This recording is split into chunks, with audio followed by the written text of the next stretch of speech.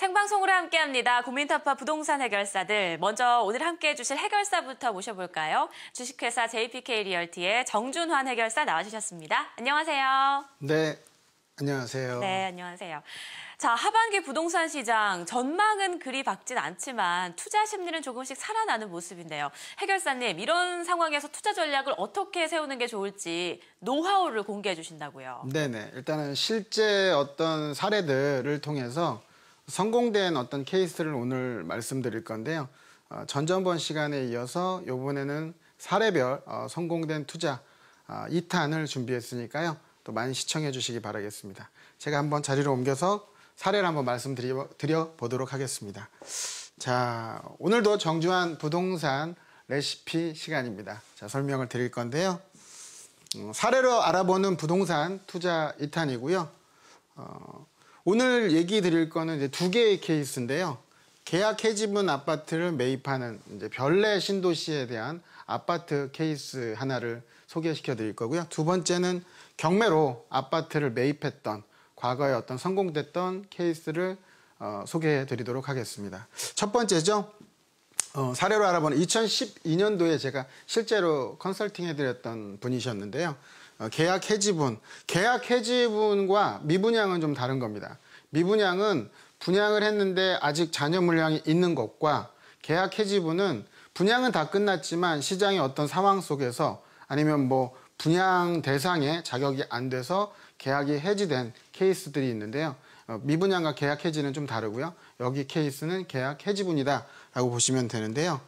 자, 당시에 실거주 목적으로 부동산을 매입하고 싶었던 케이스였어요. 이분은 남편분이 이제 횟집을 운영해서 상계동에서 횟집을 운영했던 사례거든요. 자녀와 부모님과 함께 거주를 해야 되기 때문에 좀 평형대가 큰 것들을 원하셨던 케이스입니다. 여유자금은 약 한 3억 정도의 여유자금을 갖고 계셨고요. 당시의 연령은 37세, 37세 정도 됐고요. 또 희망투자 상품은 40평형 이상의 아파트를 희망하셨고, 희망투자 형태는 실거주 목적으로 당시에는 무주택자셨던 케이스입니다. 이분은 아무래도 그 가게를 하다 보면요, 식당이라는 게 생각보다 좀 힘들고 또 고된 직업이기도 한데요. 너무 멀리 가시는 것보다는 좀 가까이 가면 좋지 않겠나 싶어서 제 당시에 계약 해지분인 별내 신도시 쪽을 한번 점검을 하기로 했던 케이스인데요. 자, 이분이 이제 들어갔던 비용은 당연히 계약 해지분이고 시장이 안 좋았기 때문에 가격은 이제 할인됐던 케이스죠. 당시에 분양가는 5억 정도대 됐었는데 시장이 별내 같은 경우는 강북의 판교라고 해서 프리미엄이 예전에는 한 8천만 원도 붙었거든요. 시장이 너무 안 좋다 보니까 가격이 떨어진 거죠. 따라서 이자가 후불제였기 때문에 약 3천만 원 정도 다른 분들은 내셨던 상태였고, 확장비 같은 경우는 한 40평대 정도 되면 작게는 한 3천 정도가 들어갈 텐데, 이때 당시엔 시장이 안 좋았기 때문에 시행회사에서는 확장비는 무료로 해주겠다 이런 조건이었죠.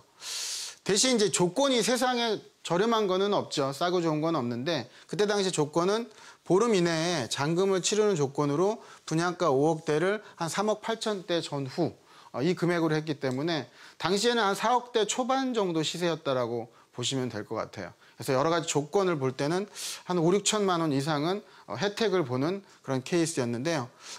대신 이제 조건은 빨리 잔금을 치러야 되는 그런 상황이었죠. 현재도 거주하고 있는 걸로 제가 알고 있어요. 현재 당시에 3억대 중후반에 매입했는데 현재는 한 6억대 정도 되니까 충분히 당시에 분양가보다 뭐 취득세 이런 정도 내면 뭐 그때 당시 분양받았던 분들은 거의 5억대 가까이가 6억대 가까이 들어가셨을 텐데, 지금은 회복했기 때문에 당시에 저렴하게 사셨던 분들은 시세 차익을 볼 수 있었던 그러한 사례다. 여기서 이제 알 수 있는 건 너무 그 가게를 식당을 운영하시는 분들 입장에서는 너무 멀리 가지 않고 가까운 데를 선택했고 본인이 잘 아는 곳이었기 때문에 쉽게 빨리 판단해서 매입했다라는 게 어떤 성공했던 사례의 단편이다라고 볼 수 있습니다.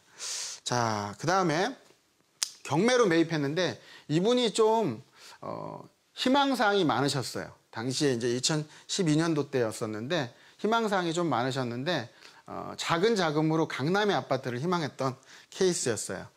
여유 자금은 1억 정도가 있었고요. 당시 연령은 한 38세 정도 되셨는데 희망 투자 상품은 아파트였고 뭐 투자라는 개념이었기 때문에 실거주는 아니었죠. 그다음에 이제 강남권을 희망하는 상황이었기 때문에 너무나 일반 아파트는 맞지가 않았었어요. 그래서 경매로 아파트를 매입하는 그러한 전략을 짰고 세대수가 적은 그런 아파트를 보기로 했었죠.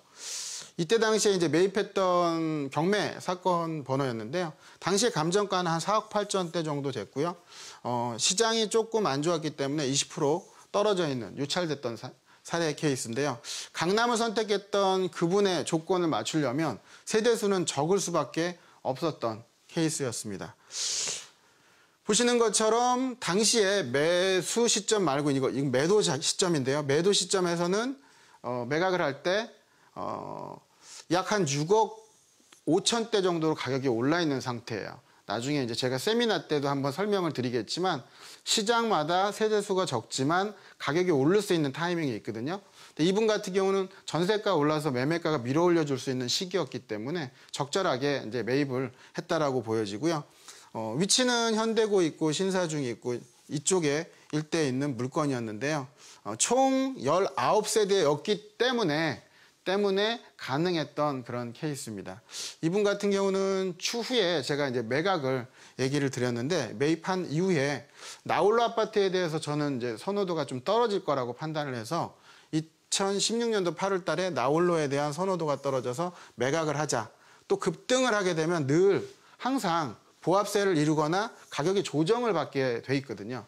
따라서 이러한 두 번째 이유. 당시에 이분은 대출을 좀 활용했기 때문에 대출 이자에 대한 어떤 부담감을 해소하자. 따라서 매각을 하고 소액으로 어떤 시세 차익을 한 8천 정도 대 들어가서 2억대 정도 받기 때문에 좀 분산 투자를 하자. 이러한 전략으로 이 컨설팅 해드렸던 고객한테 해드렸던 사례입니다. 두 가지의 공통점은 제 생각에는 책으로 보지 않고 행동으로 옮겼다가 가장 중요한 것 같고요. 뭐 본인한테 가장 맞는 선택을 찾았기 때문에 이분들에게는 또 성공됐던 케이스가 아닌가 싶습니다. 오늘의 사례는 두 가지 설명드렸습니다.